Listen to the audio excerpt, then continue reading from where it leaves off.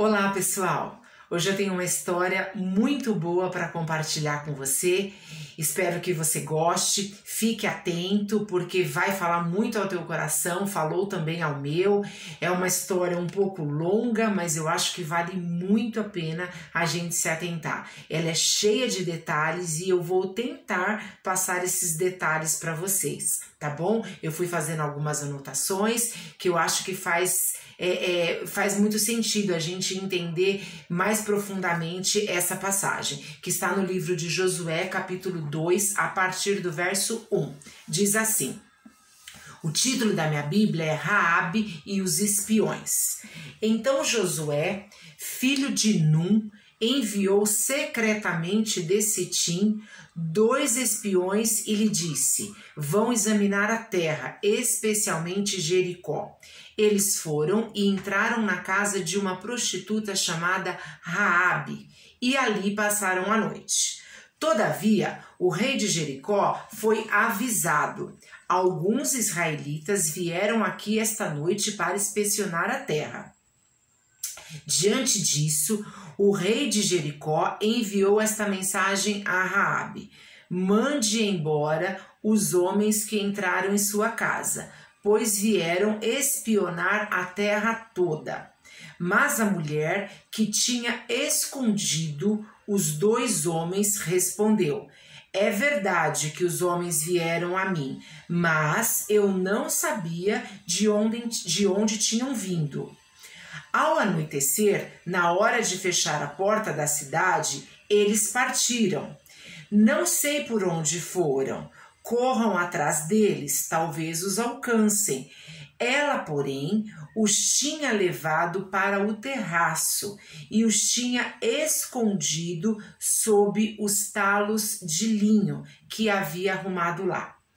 Os perseguidores partiram atrás deles pelo caminho que vai para o lugar de passagem do Jordão. E logo que saíram, a porta foi trancada. Vou ler até o versículo 7, porque eu quero contar para vocês algumas anotações que eu fiz. Raabe, como a palavra diz, era uma prostituta de Jericó, uma prostituta rejeitada. Ela era serva da deusa Astarote, que era considerada a deusa da lua, e era também cônjuge do deus Baal, que era o deus do sol. Essa é a mulher que nós estamos falando, ok? Sua casa era construída em cima dos muros da cidade, provia tanto alojamento, tanto hospedagem, como favores para os viajantes. Era um lugar propício para os israelitas espiões ficarem, pois seriam confundidos com os clientes de Raabe. Nestes dias era comum construir casas sobre os muros da cidade. Muitas metrópoles possuíam 2 muros com aproximadamente 3,5 metros a 4,5 metros de distância. As casas eram construídas em troncos de madeira, deitados nos topos de 2 muros. No verso 4 diz assim: mas a mulher que tinha escondido os 2 homens respondeu: é verdade que os homens vieram a mim, mas eu não sabia de onde tinham vindo. Então ela estava mentindo. Ao anoitecer, na hora de fechar a porta da cidade, eles partiram, ou seja, não era verdade. Mas Raabe mentiu porque ela estava com medo. Vamos agora para o verso 8. Antes de os espiões se deitarem, Raabe subiu ao telhado e lhes disse: sei que o Senhor lhes deu esta terra. Vocês nos causaram um medo terrível e todos os habitantes dessa terra estão apavorados por causa de vocês, pois temos ouvido como o Senhor secou as águas do Mar Vermelho perante vocês quando saíram do Egito, e o que vocês fizeram a leste do Jordão com Seom e Og, os 2 reis amorreus que vocês aniquilaram. Quando soubemos disso, o povo desanimou-se completamente, e por causa de vocês todos perderam a coragem. Olha só. Aqui Raabe, ela estava conversando com os espias sobre o terror que todos estavam, pelo que já tinham ouvido falar do que o Deus, o Todo-Poderoso, estava promovendo, o que ele já tinha feito, que ele já tinha fechado o Mar Vermelho. Então, o que ele já tinha secado, o Mar Vermelho. Então, as pessoas de toda a terra estavam assim aterrorizados com o poder de Deus. E olha só o que ela relata no verso 11. Quando soubemos disso, o povo desanimou-se completamente e por causa de vocês todos perderam a coragem. Pois o Senhor, o seu Deus, é Deus em cima nos céus e embaixo na terra.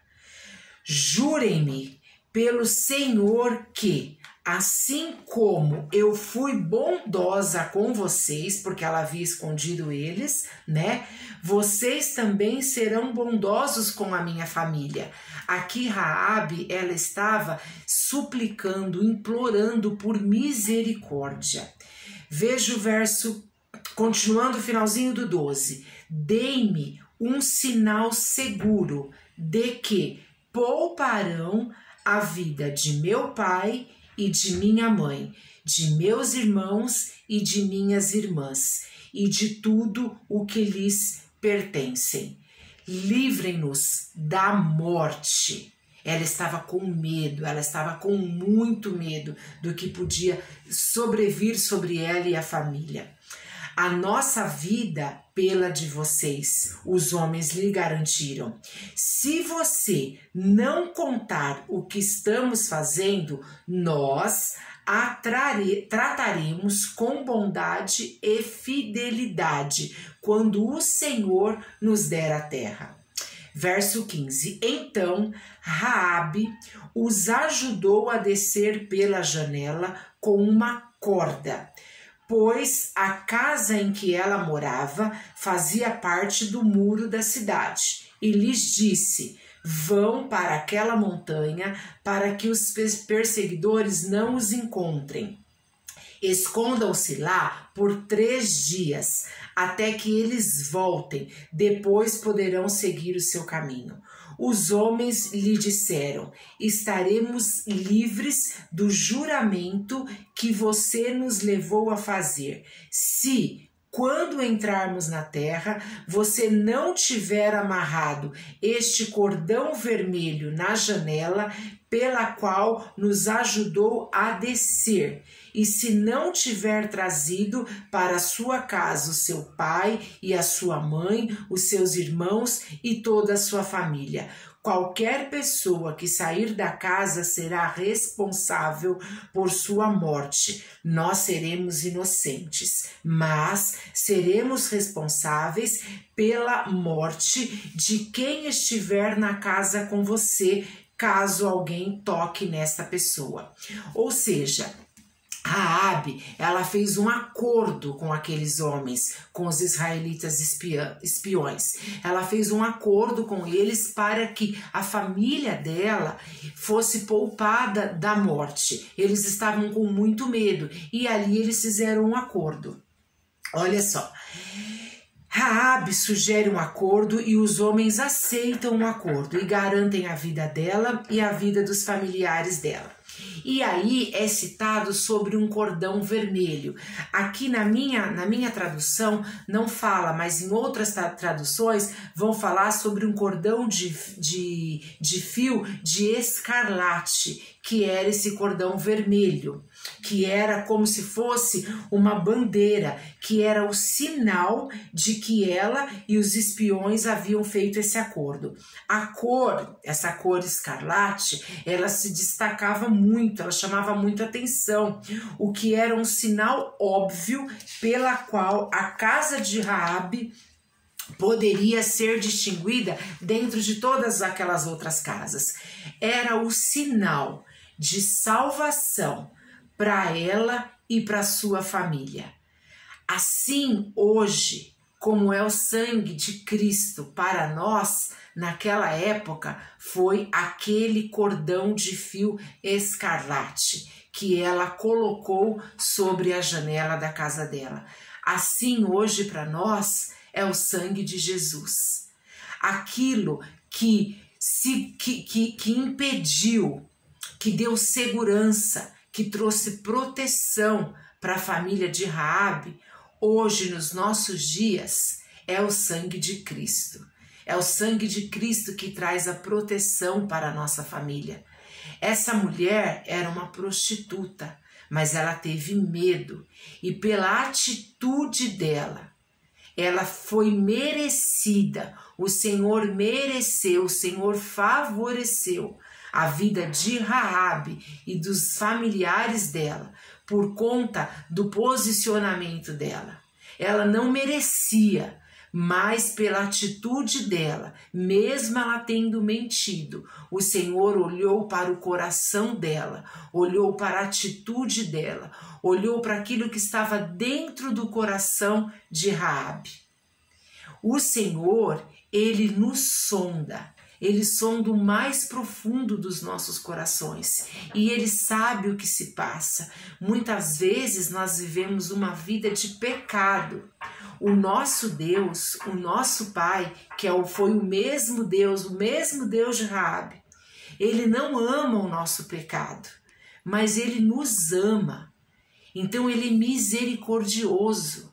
E Ele olha para a circunstância e Ele olha para a situação, mas Ele olha primeiramente para o teu coração, para o teu posicionamento. É o teu coração que Ele enxerga e é o teu coração que Ele necessita, de nenhuma outra coisa. Veja bem, a família de Raabe escapou da ira de Deus por meio de sua confissão de fé. Ela fez uma confissão de fé no Todo-Poderoso e por conta disso ela e a casa dela foram salvos da morte. Será que nós, principalmente as mulheres, temos tido, na verdade, atitudes que pode salvar a nós mesmas e a nossa casa? Você pode estar pensando, mas a salvação é individual, sim, a salvação é individual, mas quais são as atitudes que nós estamos tomando para que a nossa família fique salva, fique protegida? Nós temos essa missão, enquanto mães, enquanto mulheres de Deus, enquanto filhas, enquanto esposas, de protegermos a nossa família. Assim como essa mulher fez, a atitude dela, a confissão de fé dela, fez com que o Senhor favorecesse a vida de Raabe e a vida dos familiares dela. Por causa da atitude de fé e não de merecimento, como a gente já disse aqui, eles foram salvos e eles passaram a morar em Israel e alcançaram, veja bem, e alcançaram posições de destaque na história do povo de Deus.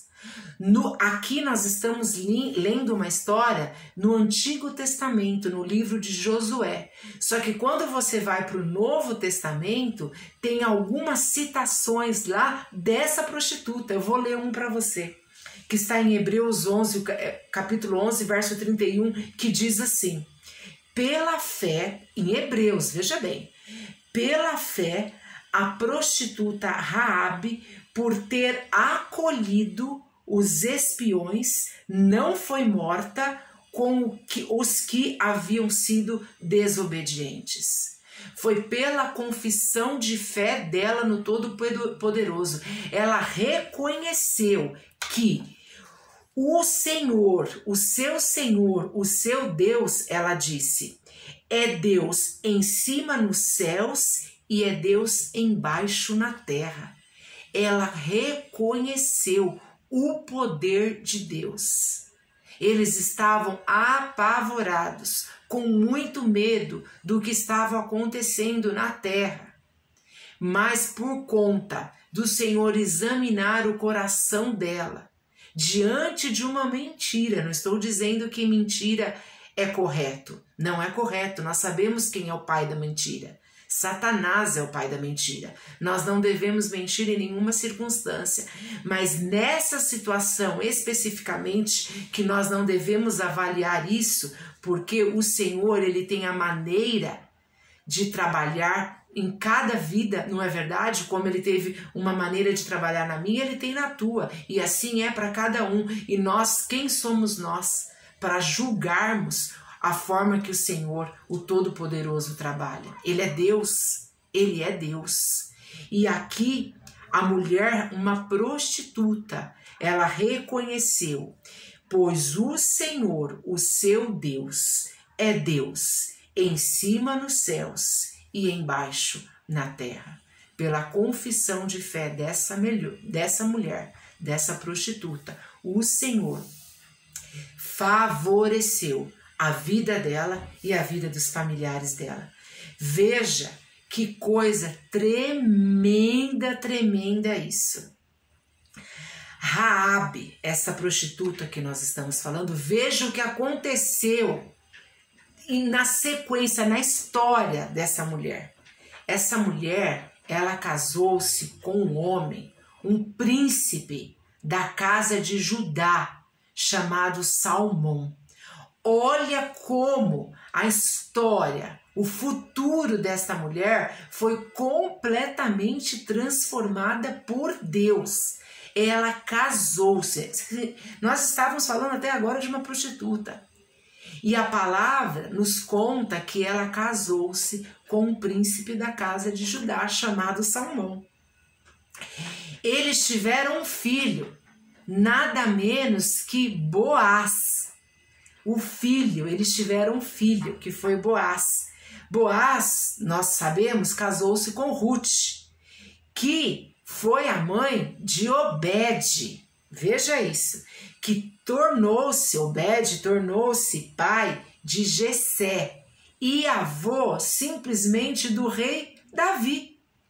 Davi, depois vem toda a genealogia de Davi até chegar em José e Maria, que foram os pais de Jesus.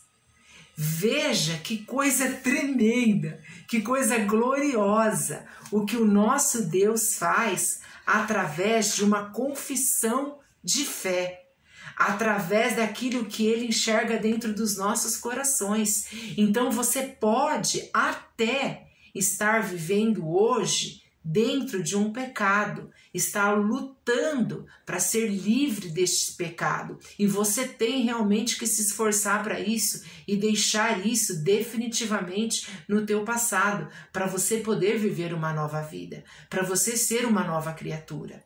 Porque hoje você não precisa jogar do lado de fora da janela da tua casa um fio, um cordão de fio vermelho, escarlate, não.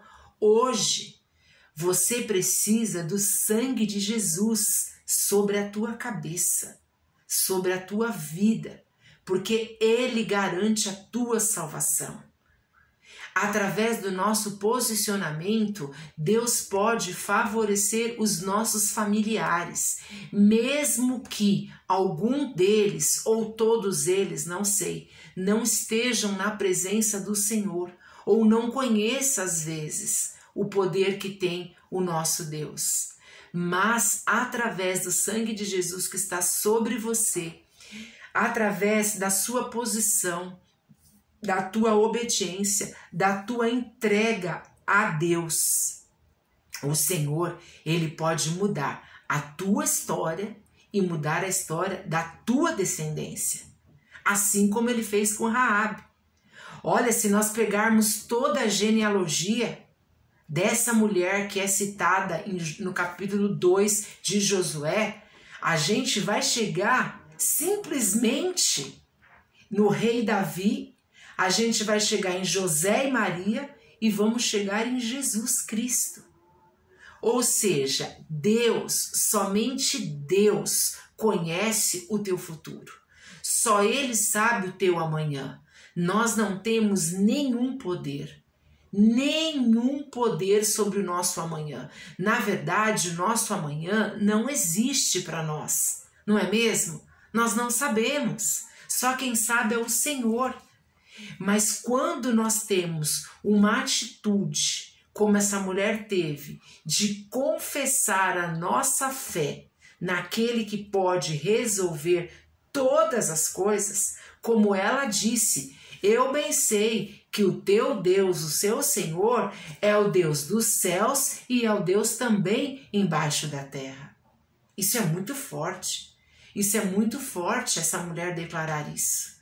Então, nós temos que ter essa atitude de todos os dias nós declararmos: o meu Jesus, ele vive.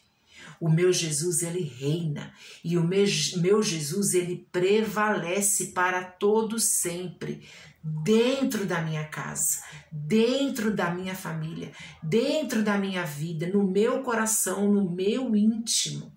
É esse Jesus que prevalece. Oh, aleluia!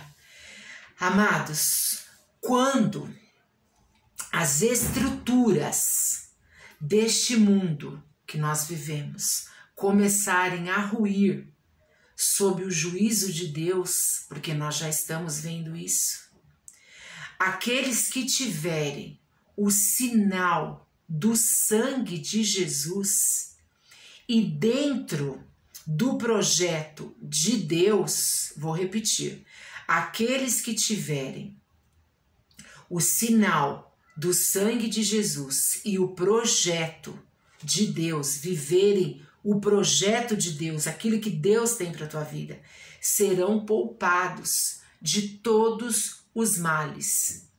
Aqui a Bíblia é claríssima para nós, claríssima, nesse texto de Raabe e dos espiões. Nós entendemos aqui o poder que há quando nós confessamos a nossa fé. E hoje nós vivemos através do poder que há no sangue do Filho de Deus. E é nele que nós devemos nos apoiar, é nele que nós devemos crer. É esse sangue que tem que estar passado nos umbrais das portas das nossas casas. Mas você não precisa passar ali fisicamente, literalmente falando, o sangue, não. Porque quando você está cheia do Pai, do Filho e do Espírito Santo, dentro da tua casa tem que habitar a paz. E é deste Jesus, é deste sangue que eu estou dizendo, que eu estou falando aqui. Eu estou contando essa história para você, eu nem terminei de ler os versículos, depois você pode terminar de ler, porque no verso 21 diz assim, ele vai até o verso 24, mas eu só vou ler o 21 para nós encerrarmos. Diz assim: seja como vocês disseram, respondeu Raabe. Assim ela os despediu e eles partiram. Depois ela amarrou o cordão vermelho na janela. Meu Deus, aqui tem um ensinamento para as nossas vidas. O sangue de Jesus, ele tem que estar aparente sobre as nossas vidas. Por onde você andar, você tem que refletir a luz de Cristo, o brilho de Jesus. As pessoas precisam identificar o sangue de Jesus sobre a tua vida. Vale a pena. Vale a pena você continuar olhando para a cruz. Vale a pena você identificar os sacrifícios que o Mestre teve pela tua vida e pela minha vida. E hoje nós estarmos aqui falando sobre Ele, falando sobre o sangue dele que é derramado sobre nós, que foi derramado sobre nós, para que nós tivéssemos vida, vida eterna, vida em abundância, para que nós pudéssemos gozar desta vida. Então, que esse exemplo desta mulher que implorou por misericórdia por aqueles homens, para que salvassem, para que protegessem, que não matassem, né, os familiares dela, para que eles fossem poupados.